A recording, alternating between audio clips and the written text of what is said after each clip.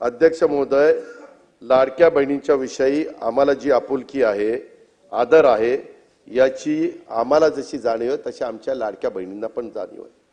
अध्यक्ष महोदय, काहींनी एका गोष्टीची समज झालं पाहिजे, विशेषतः आमचे पटोले साहेब यांनी, आईनंतर जर सर्वात कोणी त्याग करत असेल तर ती बहीण असते।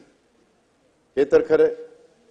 बापाचं पण प्रेम जास्तीत जास्त मुलीवर असतं पोरापेक्षा, आणि त्यामुळं भावावर तिची खूप माया असते। भाऊ कठीण परिस्थितीत असेल तर तिला त्याच्या काळजी असते, आणि त्यामुळे ती कधी त्याच्या भावाला अडचणीत आणण्याची मागणी करत नाही। वडेट्टीवार साहेब, जाहीरनामा किती पुढच्या 5 वर्षाचा असतो ना, 5 वर्षाच्या करता आम्हाला 5 वर्षाकरता निवडून दिले, आम्ही हे देणार आहे। आम्ही कधीच कोणी नाही म्हणलं नाही, मुख्यमंत्री नाही म्हणले नाही, एकनाथराव नाही म्हणले नाही, आदिती नाही म्हणले नाही।